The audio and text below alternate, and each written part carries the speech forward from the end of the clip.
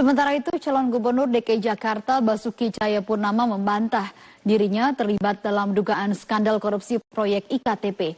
Bahkan Ahok menegaskan dirinya justru paling vokal menentang adanya proyek KTP elektronik. Kalau lihat berita-berita, kalau ada rekaman di DPR, saya main keras. Saya malah mengatakan sudah nggak perlu bikin IKTP sendiri. Kamu kenapa nggak mau numpang dengan Bank Pembangunan Daerah seluruh Indonesia? Bank lebih bagus sistemnya, BI kontrol orang dengan baik. Bank punya sistem sangat baik keuangan.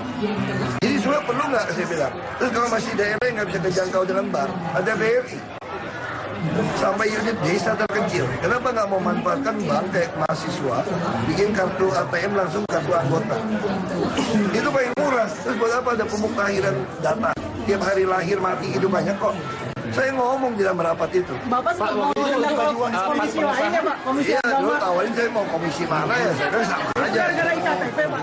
Itu gara-gara mungkin undang-undang masukin pasal. Pemirsa, dakwaan jaksa penuntut umum menguatkan isu bagi-bagi proyek IKTP bukan isapan jempol belaka. Mega proyek senilai 5,9 triliun rupiah ini didesain dengan kolaborasi pejabat eksekutif dan legislatif untuk menilap uang rakyat. Sidang perdana IKTP membuka teka-teki perjalanan kasus korupsi mega proyek IKTP. Jaksa penuntut umum mengurai kemana saja aliran dana triliunan mengalir. Dari apa yang dibacakan, jaksa penuntut umum menegaskan bagaimana sebuah proyek dimufakati eksekutif dengan legislatif untuk korupsi berjamaah. Penggelembungan anggaran didesain hampir 100% dari belanja real. Sebanyak 51% senilai 2.662 miliar rupiah dipergunakan sebagai modal kerja. Separuhnya digunakan untuk bancakan. 7% senilai 365 miliar 400 juta rupiah untuk pejabat Kemendagri. 5% senilai 261 miliar dibagikan kepada anggota Komisi 2 DPR RI. 11% senilai 574 miliar 200 juta rupiah untuk Setia Novanto dan Andi Agustinus. 11% senilai 574 miliar 200 juta rupiah untuk Anas Urbaningrum dan Muhammad Nazarudin.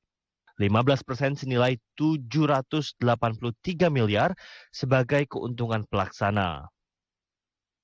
Dari persentase tersebut masih mengalir lagi ke sejumlah nama-nama penting yang masih berkiprah di percaturan politik negeri ini. Publik menanti rangkaian penegakan hukum dari kasus ini. Sejak awal pengadaan IKTP telah dibidik dan diwaspadai KPK karena nilai proyek yang luar biasa. Meski demikian, para pemburu rente tanpa gamang menggasak uang rakyat. Tim Liputan Metro TV. Sementara bantahan disampaikan. Pemirsa, sidang perdana kasus korupsi proyek IKTP berlangsung selama 3 jam di Pengadilan Tindak Pidana Korupsi Jakarta. 2 terdakwa, Irman dan Sugiharto, didakwa menerima uang lebih dari 60 miliar rupiah terkait proyek tersebut. Kedua terdakwa kasus proyek IKTP, Irman dan Sugiharto, menerima seluruh dakwaan yang dibacakan oleh jaksa penuntut umum. Irman dan Sugiharto didakwa melakukan tindak pidana korupsi yang mengakibatkan kerugian negara 2,3 triliun rupiah dari nilai proyek sebesar 5,9 triliun rupiah.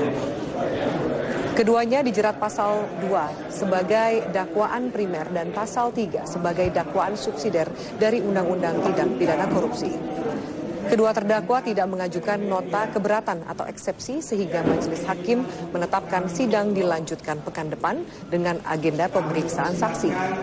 Setidaknya 133 saksi dari JPU akan dihadirkan dalam persidangan ini. Harap mendukung kelancaran persidangan ini. Silakan, mulai sekarang. Sederet nama politisi disebut dalam surat dakwaan yang dibacakan dalam sidang perdana kasus korupsi IKTP hari ini. Sederet nama tersebut diduga menerima aliran dana korupsi proyek IKTP. Perbuatan memperkaya diri sendiri atau orang lain atau suatu korporasi, yaitu memperkaya para terdakwa dan memperkaya orang lain yakni Gamawan Fauzi, Diah Anggraini, Raja Wisnu Setiawan beserta 6 orang anggota panitia pengadaan Husni Fahmi beserta 5 orang anggota tim teknis, Johannes Maglir, Anas Urbaningrum, Marzuki Ali, Oli Dondo Kambe, Melcias Markus Meken, Mirwan Amir, Tamsil Lindrum, Taufik Effendi, Teguh Juwarno, Khairuman Harahap, Ganjar Arif Wibowo, Mustofa Weni, Rindoko, Jazuli Juwairi, Agun Gunajar Sudarsa, Ignatius Mulyono, Miriam S. Haryani, Nukman Abdul Hakim, Abdul Malik Haramain, Jamal Aziz, Markus Nari, Yasona Lauli, dan 37 anggota Komisi 2 DPR lainnya, serta memperkaya korporasi yakni Perusahaan Umum Percetakan Negara Republik Indonesia atau Perum PNRI, PT Land Industri, PT Quadra Solution, PT Sanipala Arta Putra, PT Sukovindo, Manajemen Bersama Konsorsium PNRI yang merugikan keuangan negara atau perekonomian negara, yaitu merugikan keuangan negara sebesar 2.394.934.275.39. Jaksa penuntut umum menyampaikan ada peran dari Ketua DPR Setia Novanto. Menurut Jaksa, di tahun 2010 Setia Novanto sebagai Ketua fraksi Partai Golkar saat itu menyatakan kesediaan untuk berkoordinasi dengan pimpinan fraksi partai lain di DPR berkaitan dengan rencana penganggaran dari KTP elektronik. Dalam pertemuan juga disepakati pembagian fee untuk proyek penerapan KTP elektronik yang bersumberkan anggaran multi-years. Jakarta, para terdakwa bersama-sama dengan Andi Agustinus alias Andi Narogong dan Dia Anggraini melakukan pertemuan dengan Setia Novanto. Dalam pertemuan itu, Setia Novanto menyatakan dukungannya dalam pembahasan anggaran proyek penerapan KTP berbasis NIK secara nasional, KTP elektronik.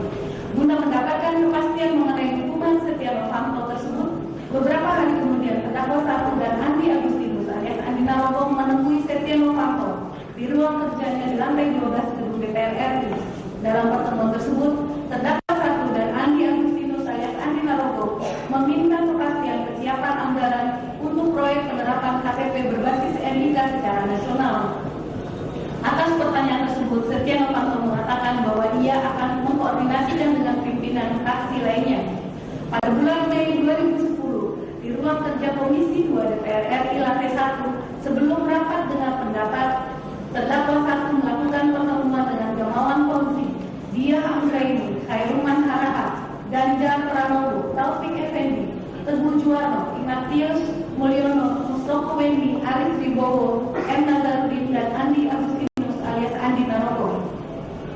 Dalam pertemuan tersebut dibahas mengenai pembangunan sistem informasi administrasi kependudukan atau SIAP dan pemberian NIK secara nasional serta pembicaraan pendahuluan rencana anggaran dan pendapatan belanja negara RAPBN tahun anggaran 2011 yang kemudian disepakati bahwa program penerapan KTP elektronik sebagai program prioritas utama yang akan dibiayai menggunakan APBN murni secara multi-years.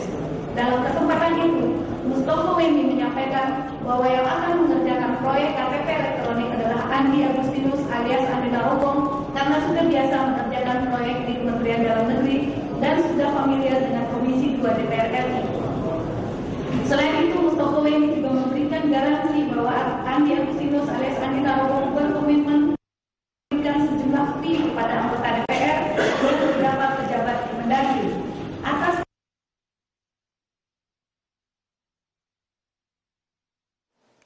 Pemirsa, dakwaan